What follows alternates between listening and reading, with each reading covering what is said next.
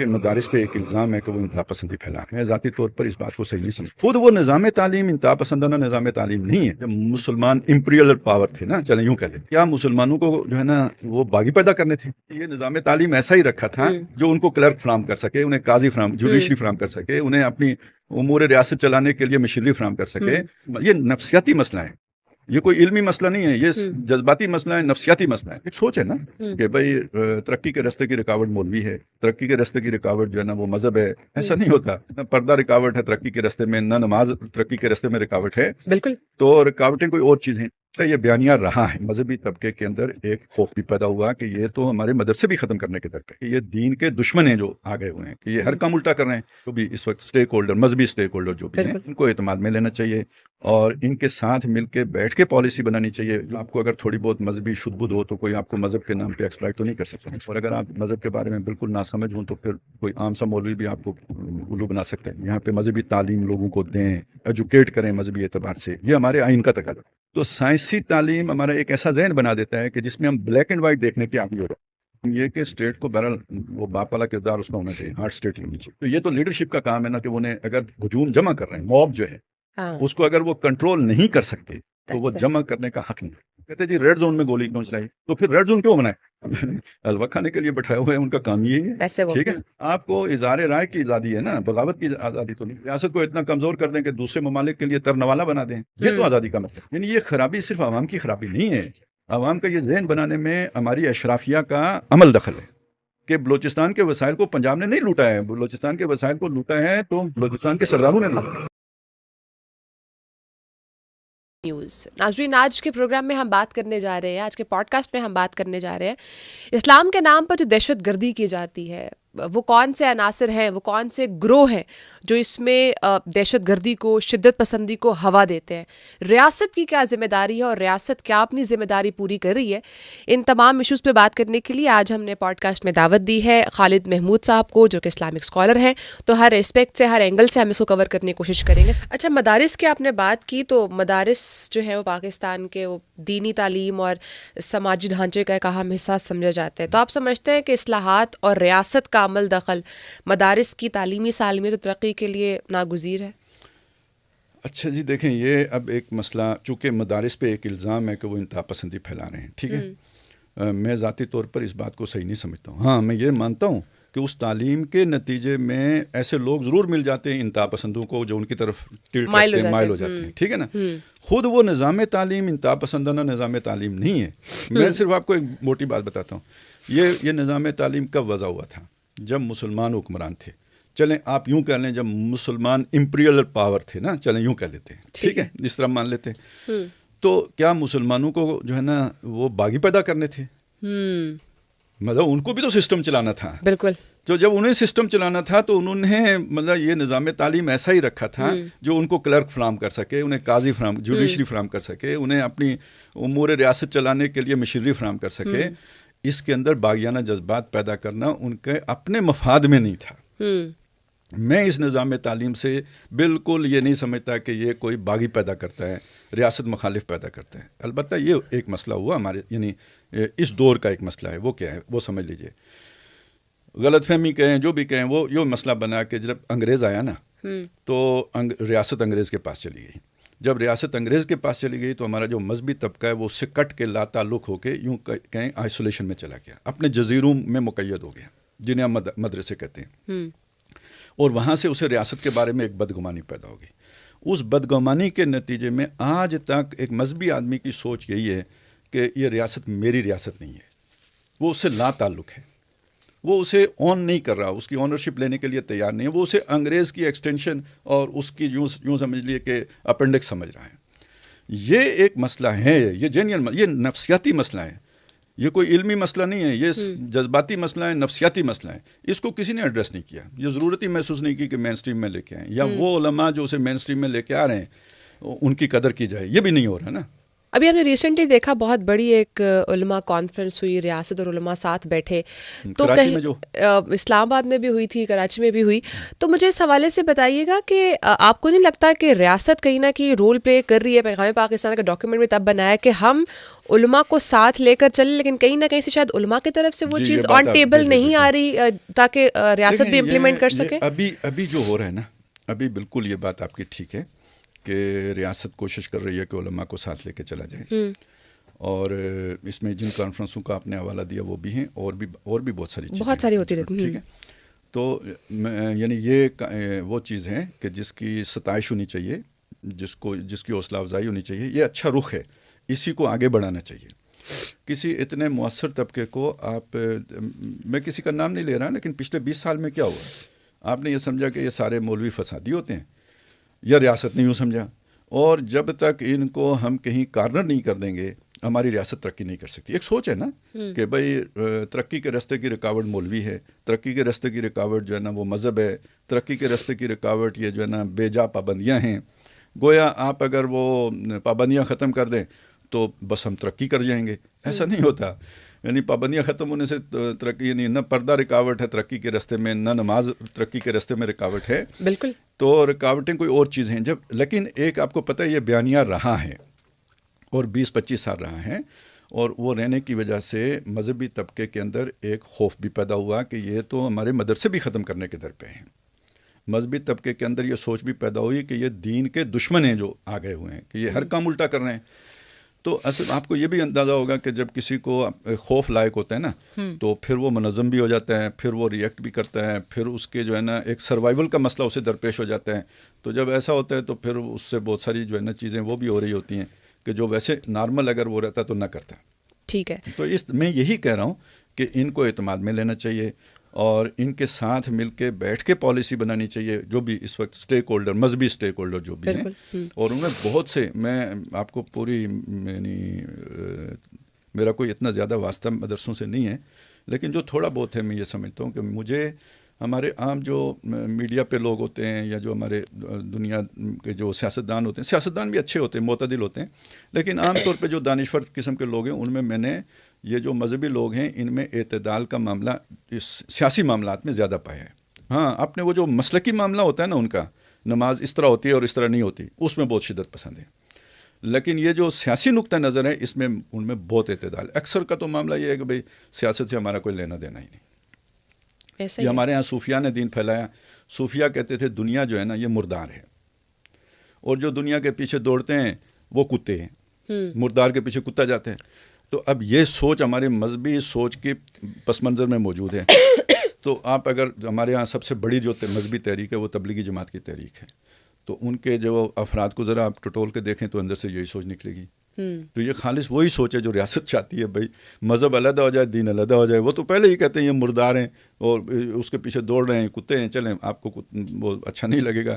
لیکن یہ کہ بہرحال اصل مسئلہ تو یہ ہے کہ ہمارے مذہبی طبقے کے بیشتر معاملہ یہ ہے کہ وہ دنیا کے معاملات سے یا یہ جو بھی سیاسی معاملات ہیں ان سے اتنا جو ہے نا وہ رجحان رکھتے ہی نہیں ہوتے. تو دین دنیا ساتھ لے کے چلنی چاہیے. اقبال نے اسی لیے تنقید کی تھی مذہبی معاملات پہ, اس لیے کہ اگر وہ مذہبی یہی سوچ رہتی تو پاکستان بھی نہ بنتا. بالکل ٹھیک ہے نا. تو پھر اقبال کو تنقید کرنی پڑی. آپ کو پتہ ہوگا ایک بہت بڑے اس وقت کے عالم دین تھے, یعنی جن کی سارے علماء بھی مانتے تھے. انہوں نے یہ بات کہی تھی کہ ہمیں انگریز کے ساتھ چھیڑ چھاڑ نہیں کرنی چاہیے. یعنی یہ جو تحریکیں چلا رہے ہیں نا یہ پورا من تحریکیں ہیں, وہ اسلحے والی نہیں جیسے تحریک پاکستان ہے, یہ ہمیں نہیں کرنا چاہیے. تحریک خلافت تھی کیونکہ انگریز نے ہمیں نماز روزے کی اجازت دی ہوئی ہے. یہ خاص مسئلہ ہے کہ جہاں پہ کوئی حکمران آپ کو نماز سے نہ منع کرے تو وہ ایک طرح کا دارالامن ہے, تو اس حکمران کو ایک طرح کا جو ہے نا ایک لیوریج وہ مل جاتے ہیں. تو وہ انہوں نے بات بیان کی. اس پہ اقبال نے وہ بات کہی تھی کہ ملا کو جو ہند میں ہے سجدے کی اجازت, ناداں یہ سمجھتا ہے کہ اسلام میں آزاد. تو اقبال کو یہ تنقید اس لیے کرنا پڑی تھی کہ ہماری جو ہے نا مذہبی سوچ اس طرح کی بن گئی تھی, اور وہ ابھی ختم نہیں ہوئی ہے, وہ اب بھی موجود ہے. تو یہ جو آپ علماء ہیں یہ تنقید کرنے سے یا اس سے مسئلہ حل نہیں ہوگا, بلکہ یہ والی جو ان کی روایات ہیں یہاں پہ ایسے دانشور ہیں جو یہ باتیں کرتے ہیں, پہلے بھی کرتے رہے ہیں, لیکن ریاست اس طرح اس کی طرف پوری طرح توجہ نہیں دیتی. اچھا, چھوٹی سی کنفیوژن جو میں چاہوں گی آپ کلیئر کریں. آپ نے کہا یکساں نصاب ہونا بہت ضروری ہے ایک اوور آل, اگر ہم نے اچھی سوسائٹی بلڈ کرنی ہے جہاں پہ ایکسٹریمزم کم ہو, شدت پسندی نہ ہو. اس حوالے سے مجھے بتائیے گا کہ اب چونکہ آپ نے کہا مدارس ایک ایسی پلیس ہے جہاں سے ایک اچھی ایجوکیشن, ایک پراپر ایجوکیشن جو ہے وہ دی جا سکے, جہاں پہ ایکسٹریمزم ختم ہوگا.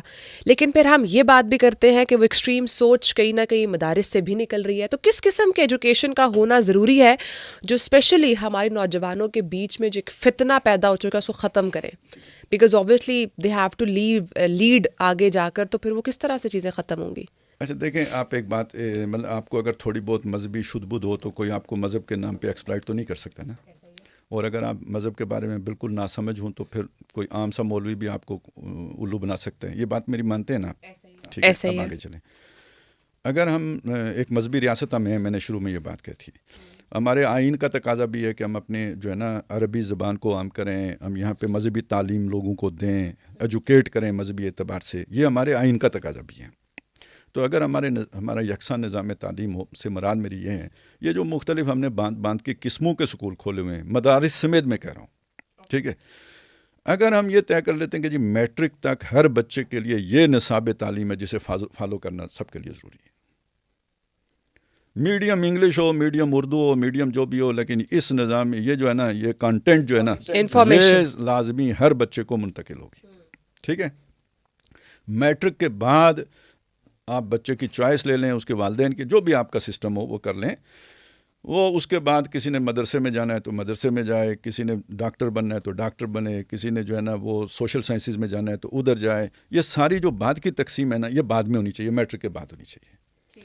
اب ہوگا کیا, آپ نے جو بچے کے ذہن میں پر ابتدائی نقش قائم کر دیا ہے دین کا نا, وہ بعد میں اسے کوئی جو ہے نا بدل نہیں سکتا, اسے پرورٹ نہیں کر سکتا, اسے مسخ نہیں کر سکتا. تو یہ جتنا بھی بعد میں انتہا پسند گروہ جو وہ ہوتے ہیں نا, اچھا ذہن بچپن میں بنانا پڑتا ہے. ایک میں آپ کے سامنے یہ مثال رکھوں کہ ایک بچہ جو سائنس پڑھتا ہے, ٹھیک ہے, اسے کبھی گرے ایریے کا کانسیپٹ نہیں آئے گا, کیونکہ سائنس میں یا بلیک ہوتا ہے یا وائٹ ہوتا ہے. ٹھیک ہے, اس کا وہ ذہن بنے گا ہی نہیں کہ بھئی کوئی بیچ میں کوئی گرے ایریا بھی ہوتا ہے, کوئی کنسیپچول چیز بھی ہوتی ہے.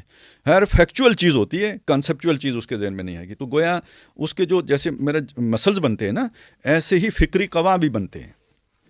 ٹھیک ہے, فیکلٹی جو ہے نا وہ سوچنے کی یا تخیل کی یا تصور کی وہ بھی بنتی ہے. تو ایک بچے کی اگر وہ بنے گی نہیں تو وہ بلیک اینڈ وائٹ میں جب دیکھے گا تو دین تو کنسیپچول چیزوں کا نام ہے, وہ بلیک اینڈ وائٹ کا نام نہیں ہے. ٹھیک ہے, اب کیوں یہ لوگ تکفیری بنتے ہیں, کیوں لوگ انتہا کی طرف جاتے ہیں؟ وہ جو کسی نے کہا نا, جو کوئے یار سے نکلے تو سوئے دار چلے, وہ اس دنیا کے رستے پہ چلتے چلتے جو جمپ لگاتے ہیں تو سیدھے پھر دوسری انتہا پہ جاتے ہیں کہ یہ سارا کفر ہے. بیچ میں وہ جانتے ہی نہیں ہوتے کہ یار کوئی گرے ایریا بھی ہوتا ہے. اب آپ دیکھیں یہ ساری فکر, مطلب doctor Ayman al Zawahiri, engineer Osama bin Laden, جب سائنسی بیک گراؤنڈ رکھنے والے لوگ ہیں, شروع میں اگر آپ کی وہ دینی تعلیم ہو جائے تو وہ گواہ بن جائیں گے کہ جس میں آپ بین کو بھی دیکھ سکتے ہیں. بلیک اینڈ وائٹ کے درمیان بھی بہت کچھ ہوتا ہے جس کو آپ نے وہ دیکھنا ہوتا ہے. اور جس نے سوشل سائنسز پڑھی ہوں, مجھے امید ہے آپ نے جو ہے نا ضرور آپ کو ہوگا, تو وہاں پہ تو کوئی چیز اس طرح فیکچول نہیں ہوتی. آپ اقتدار اعلیٰ کی تعریف کرتے ہیں تو 10 آدمیوں کی علیحدہ علیحدہ تعریف ہوگی, ایک تعریف نہیں ہوگی. اور ہم یہ نہیں کہیں گے کہ اس کی غلط ہے اور اس کی ٹھیک ہے, وہ پیپر آئے گا تو سب کی لکھنے پڑیں گی. ٹھیک ہے نا, تو وہ اقتدار اعلیٰ کا کانسیپٹ ان 10 تعریفوں کے اندر کہیں پایا جا رہا ہوتا ہے. لیکن اس کے علاوہ اس کے مقابلے میں اگر ہم نیوٹن کے تیسرے قانون کا لکھیں, ایک ہی ہوگا, اس کے کوئی دوسری تعریف نہیں ہوگی, ایک ہی اس کا جو ہے نا وہ ہوگا, اول تا آخر ہمیشہ کے لیے ایک ہوگا. یہ فرق ہے. تو سائنسی تعلیم ہمارا ایک ایسا ذہن بنا دیتا ہے کہ جس میں ہم بلیک اینڈ وائٹ دیکھنے کے عادی ہو جاتے ہیں, جبکہ دینی تعلیم کا تقاضا یہ ہے, یہ دیکھیں نا اللہ کا ایک تصور ہے, کوئی اس طرح کی تو چیز ہے نہیں کہ جسے آپ نے دیکھا ہو, فرشتے ہیں, سب کچھ ہے جو بھی ہے, یہ ایمان بالغیب کی ساری چیزیں ہیں. اور ایون جو آپ کا دیکھیں نا, اب عاجزی ایک چیز ہے, اسلام کہتا ہے بھائی عاجزی ہونی چاہیے, تکبر بہت بری شے ہے, لیکن اس کے درمیان وہ جو لائن ہے نا, کہاں عاجزی جا کے تو برائی بن جاتی ہے اور کہاں سے تکبر شروع ہو جاتا ہے, یہ کوئی لائن آپ نہیں ڈرا کر سکتے. یہ ایک سینس ہے جو آپ کے اندر پیدا ہوگا. ایسا ہی ہے. تو یہ دونوں ایکسٹریمز کے بیچ میں یہ سینس پایا جا رہا ہوتا ہے. تو اب آپ سوچیں نا کہ ایک آدمی کا اگر وہ ذہن نہ بناؤ تو وہ کیسے مطلب دین کی تعلیمات کو صحیح طرح سے سمجھ سکتا ہے, پرسیو کر سکتا ہے؟ نہیں کر سکتا. وہ ہمیشہ اس کی غلط انٹرپریٹیشن کرے گا اور کسی انتہا کی طرف جائے گا. 0-1 میں بات کرے گا and which is not possible. یہ بتائیں, چونکہ ریاست کا کام ہے سیکیورٹی دینا, شہریوں کے جان و مال کے تحفظ کرنا, تو کیا سیکیورٹی اور استحکام کے بغیر آپ یہ سمجھتے ہیں ترقی اور امن کی بات کرنا محض ایک کھوکھلا نعرہ ہو سکتا ہے؟ بالکل کوئی شک نہیں ہے. آپ خود سوچیں کہ اگر آپ کے یہاں سیکورٹی کا نہیں ہے معقول انتظام, تو کوئی دنیا سے مطلب کوئی سرمایہ داری آئے گی یہاں پہ, کوئی آئے گا یہاں پہ کاروبار کرنے کے لیے؟ خود آپ کا ایک اچھا بزنس مین یہاں کاروبار کرنا پسند کرے گا یا جہاں پہ اسے سیکورٹی میسر ہوگی وہاں کرنا پسند کرے گا؟ ٹھیک ہے. ایک چھوٹا سا کریانے کا دکاندار وہاں جا کے دکان کھولے گا جہاں ڈاکے پڑتے ہیں, یا اس جگہ پہ کھولے گا جہاں پہ امن ہوگا؟ ٹھیک ہے, سمپل بات ہے. تو سرمایہ کو سب سے پہلا مسئلہ جو ہوتا ہے وہ تحفظ کا ہوتا ہے. ایک تو چیز یہ ہے. اور ہمارے ہاں بہرحال سیکورٹی ہمارا جو مسئلہ ہے نا, صرف ہمارا ہی پیدا کردہ نہیں ہے, ہماری غلطیاں بھی شامل ہیں, لیکن یہ کہ اس میں کچھ تو ہوتے ہیں محبت میں جنوں کے آثار, کچھ لوگ بھی دیوانہ بنا دیتے ہیں. تو اس میں اوروں کا بھی بہت کچھ ہے جنہوں نے مطلب وہ نہیں چاہتے کہ یہاں پہ امن ہو. ٹرو. تو پھر جو انسداد دہشت گردی کے خلاف جو کارروائیاں کی جاتی ہیں ان کو جبر قرار دینا, آپ سمجھتے ہیں قومی وفاد میں کہ جبر ہو رہا ہے, ظلم ہو رہا ہے؟ نے پچھلی بات کو بھی میں دہرا دیتا ہوں, اس میں بھی ایک کسر رہ گئی. یہ جو ہارڈ اسٹیٹ کا کانسیپٹ ابھی دیا گیا ہے نا, تو میرا خیال میں یہ یعنی اسٹیٹ کو نرمی بھی ہونی چاہیے, لیکن یہ کہ اسٹیٹ کو بہرحال وہ باپ والا کردار اس کا ہونا چاہیے, ہارڈ اسٹیٹ ہی ہونی چاہیے. یعنی اس کا مطلب اگر قانون کا نفاذ ہو تو ٹھیک ہے. وہ کہتے ہیں نا ریاست و ماں جیسی, لیکن یہ کہ جب آنکھ شیر والی ہونی چاہیے. شیر والی بچے کو ایک پرانا محاورہ ہے نا کہ اسے نوالا دو سونے کا اور دیکھو شیر کی آنکھ سے. تو ریاست کے اندر یہ دونوں چیزیں ہونی چاہیے, وہ ہمدرد بھی ہونی چاہیے, اور ریاست کے اندر یہ ہے کہ جہاں سختی بھی ہونی چاہیے. تو اس حد تک تو بات بالکل ٹھیک ہے. اور اگر کوئی دیکھیں, میں بالکل اس معاملے میں کلیئر ہوں, اگر کوئی تخریب کاری کرتا ہے, اسلحہ اٹھاتا ہے, تو وہ تو انتہا ہو گئی. اس کے علاوہ دیکھیں یہ جو سیاسی بھی ہوتے ہیں نا, مجھے بولنے کی اجازت ہے, اظہار رائے کی آزادی ہے, مجھے جماعت بنانے کی آزادی ہے, یہ کوئی جسے کہتے ہیں مطلق قسم کی یا الٹیمیٹ جو ہے نا آزادی نہیں ہے. یہ قانون کے اندر گیون جو پروسیجر ہے اس کے اندر آزادی ہے. اور ہماری ریاست تو مجھے نہیں پتہ اس طرح فنکشنل نہیں ہے. آپ جو بندہ سڑک پہ بندے لے کے آتے ہیں نا, یہ اس کی ذمہ داری ہوتی ہے اسے پرامن رکھنا. انہوں نے اگر گملہ نہیں توڑا, ریاست پہ کوئی احسان نہیں کیا, ایسا ہی ہے. ٹھیک ہے, they have played their role. ہاں, جو انہیں مظاہرہ کرنے کی اجازت ملی ہے وہ امن کی شرط کے ساتھ ملی ہے, نمبر 1. نمبر 2, اگر بدامنی ہوئی ہے تو اس کا ذمہ دار کال دینے والا ہے, جس نے کال دیا وہ ہے. اوکے. تو اب مسئلہ یہ ہے کہ کال دینے والا رولنگ ایلیٹ میں سے ہوتا ہے, اس کو کوئی پوچھتا نہیں, ٹھیک ہے, اور پکڑے جاتے ہیں وہ. اب عوام کی ایک نفسیات ہوتی ہے, جب وہ اکٹھے ہوتے ہیں نا تو وہ فتنہ فساد کی طرف چلے جاتے ہیں. تو یہ تو لیڈرشپ کا کام ہے نا کہ انہیں اگر ہجوم جمع کر رہے ہیں, موب جو ہے اس کو اگر وہ کنٹرول نہیں کر سکتے تو وہ جمع کرنے کا حق نہیں رکھتے. بالکل ٹھیک ہے. یہ بالکل کلیئر ریاست کو خود بھی ہونا چاہیے, سب کو بتانا بھی چاہیے, سیاسی پارٹیوں کو بھی کلیئر ہونا چاہیے کہ آپ کو یہ مظاہرے کرنے کی. ہمارے ہاں تو یہی نہیں ہے, کہتے جی ریڈ زون میں گولی کیوں چلائی, تو پھر ریڈ زون کیوں بنایا؟ آپ سوچیں نا, ایک ریڈ زون ہے تو اس کا مطلب کیا ہے؟ ریڈ زون کا مطلب یہ ہے کہ اس ایریا میں اگر کچھ آئے گا, مطلب آپ نے فضا میں ایک ریڈ زون بنا دیا ہے, تو وہاں پہ کوئی جہاز آئے گا تو آپ اس کی فوٹو کھینچیں گے, تو اسے تو بغیر وارننگ کے اڑا دیں گے. ایسا ہی ہے. تو یہی ہوتا ہے, ریڈ زون کا مطلب بھی ہے. تو ہمارے ہاں تو یہ تک شعور نہیں ہے, وہ سمجھتے ہیں ہم ریڈ زون میں بھی جا کے جو ہے مست ہاتھی بن کے جو ہے نا وہ رون سکتے ہیں جو کچھ بھی روننا چاہیں. اور یہ کسی ایک پارٹی کا مسئلہ نہیں ہے, ہماری ساری پارٹیوں کا یہی مسئلہ ہے. ایسا ہی ہے جب موب نہیں کنٹرول کر پاتے. اچھا مجھے بتائیے, مجھے ایک مثال یاد آ گئی ہے. ہندوستان میں تحریک چل رہی تھی, یہ جو اس وقت گاندھی اسے جو ہے نا ہیڈ کر رہے تھے, سارے مسلمان بھی تھے, ہندو بھی تھے اس میں. تو ایک تھانے پر حملہ ہو گیا اور ادھر 1-2 جو ہے نا وہ پولیس والے مارے بھی گئے, تھانے کو مظاہرین نے آگ لگا دی. گاندھی نے تحریک کال آف کر دی, اگر میری بات مانتے نہیں ہو تو میں تمہاری قیادت کرنے کے لیے تیار نہیں. یہ ہوتی ہے جو, میں صرف ایک مثال دے رہا ہوں آپ کو, لیڈرشپ یہ ہوتی ہے. تو اس سے پہلے ایک موقع پہ ہمارے جو, چلو ہندوؤں کی مثال دی ہے, مسلمانوں کی بھی دینی چاہیے. علامہ مشرقی کا آپ نے سنا ہوگا, انہوں نے کال کیجیے اتنے لوگ لاہور جمع ہو جائیں, اس سے کچھ چند 100 کم ہوئے, انہوں نے تحریک ہی ختم کر دی. یہاں پر تو یہ گریس نہیں ہوتی ہے. اچھا مجھے بتائیں کہ جب دہشت گردی شہری علاقوں میں دہشت گرد شہری علاقوں میں چھپ کر جب منصوبہ بندی کرتے ہیں, پلاننگ کرتے ہیں, اور پھر آبویسلی پھر ہم اس طرح کے انفارچونیٹ انسیڈنٹ دیکھتے ہیں, تو پھر کیا ریاست کا ان پر قانونی کارروائی کرنا آئینی ذمہ داری کے خلاف ہے؟ نہیں, بالکل نہیں ہے, بلکہ قانونی وہ نہ کرنا آئینی ذمہ داری کے خلاف ہے.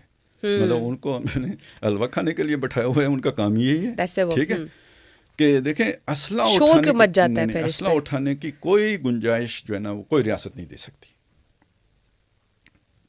ان کے فیسیلیٹیٹرز, ان کے جو ہے نا اور پلانر سارے ایک جیسے مجرم ہیں, نیگلیجنسی کرنے والے بھی اتنے ہی مجرم ہیں, سب برابر ہیں. بغاوت کو کوئی دیکھیں, آپ کو اظہار رائے کی آزادی ہے نا, بغاوت کی آزادی تو نہیں ہے. بالکل ٹھیک ہے, غداری کی آزادی تو نہیں ہے. آزادی کا یہ مطلب ہے مادر پدر آزادی ہے. آزادی کا یہ مطلب ہے کہ آپ دوسرے کی گلے پر چھری چلا دیں, یہ تو مطلب نہیں ہے. آزادی کا یہ مطلب ہے آپ ریاستی کو اڑا دیں, لا اینڈ آرڈر کا مسئلہ بنا دیں, فساد پیدا کر دیں, ریاست کو اتنا کمزور کر دیں کہ دوسرے ممالک کے لیے ترنوالا بنا دیں. یہ تو آزادی کا مطلب نہیں ہے. بالکل, we need to understand this. جہاں پر ایک طرف ریاست کی ذمہ داری ہے, علماء کی ذمہ داری ہے. ابھی ہم نے ریسنٹلی دیکھا بلوچستان میں جب دہشت گردوں کی جانب سے بینکس لوٹے گئے تو لوگ صرف ان کے ساتھ نہیں تھے بلکہ خوش دکھائی دیے بہت زیادہ. تو آپ نہیں سمجھتے کہ ریاست کے ساتھ ساتھ عوام کی بھی اخلاقی سماجی ایک ذمہ داری ہے کہ دہشت گردی کا خاتمہ ہونا چاہیے؟ اچھا دیکھیں, یہ بھی مسئلہ ایسا ہے نا, اس کی بھی ڈانڈے بہت پیچھے جاتے ہیں. آپ یہ سمجھتے ہیں نا کہ ہمارے جو حکمران ہیں وہ اپنے آپ کو عوام سے فاصلے پہ رکھتے ہیں نا, تو پھر آپ کیا سمجھتے ہیں کہ عوام کے دل میں ان کے بارے میں ہمدردی پیدا ہوگی, یا انہیں آقا کے طور پر دیکھیں گے, اور ماسٹرز کے طور پر دیکھیں گے؟ تو وہ بینک کو یہ سمجھیں گے کہ یہ ان کا ہے, تو ہو رہا ہے تو ٹھیک ہو رہا ہے, تو ٹھیک ہو رہا ہے. یعنی یہ خرابی صرف عوام کی خرابی نہیں ہے, عوام کا یہ ذہن بنانے میں ہماری اشرافیہ کا عمل دخل ہے. اور جو لوکل اشرافیہ ہوتی ہے وہ بڑی چالاکی سے اسے پنجابی اشرافیہ کی طرف موڑ دیتی ہے. یہ ایک علیحدہ پھڈا ہے کہ بلوچستان کے وسائل کو پنجاب نے نہیں لوٹا ہے, بلوچستان کے وسائل کو لوٹا ہے تو بلوچستان کے سرداروں نے لوٹا ہے. ٹھیک ہے, وہ یہ کہیں گے انہیں کہ ہم نے کھایا, نہیں, وہ کہیں گے نہیں, پنجابی کھا گئے, ہمیں دیا نہیں گیا ہمارا حصہ. تو یہ ہمیں دیکھیں نا, وہ امریکی بھی بیچارے کہتے ہیں پاکستانی ہم سے نفرت کیوں کرتے ہیں. انہیں کیا پتا کہ بھئی جو کچھ بھی وہ ہمیں بیچتے رہے وہ کھا پی کوئی اور گیا, تو ہمیں کیا پتا کہ امریکہ نے ہمارے ساتھ کیا احسانات کیے, عام آدمی کو کیا پتا. بالکل یہی معاملہ جو ہے نا بلوچستان میں ہے. تو ایک چیز تو یہ. دوسرا, جب آپ ریاست کے بارے میں نیگیٹیوٹی آپ کے اندر آ جاتی ہے تو کوئی دوسرا بھی اگر نقصان پہنچاتا ہے تو اس سے آپ کو خوشی ہوتی ہے. اس کا یہ مطلب نہیں کہ آپ نے خود وہ نقصان پہنچانا تھا, بس وہ آپ کو اچھا لگا. اور ویسے بھی ہمارے اس علاقے میں بہت پرانا ہی ہے نا کہ ڈاکو لوگ جو ہے نا وہ ہیرو بن جاتے ہیں. یہ پرانی ترتیب ہے کہ وہ امیروں کو لوٹتا ہے, غریبوں میں بانٹتا ہے. بہت نیک آدمی ہے ڈاکو, ہے نیک. کیوں نیک ہے؟ امیروں کو لوٹتا ہے, غریبوں میں بانٹتا ہے. تو یہ اس ساری چیز کو دیکھیں, یہ ہمارا یعنی آج کا مسئلہ نہیں ہے, پاکستان بننے سے پہلے کے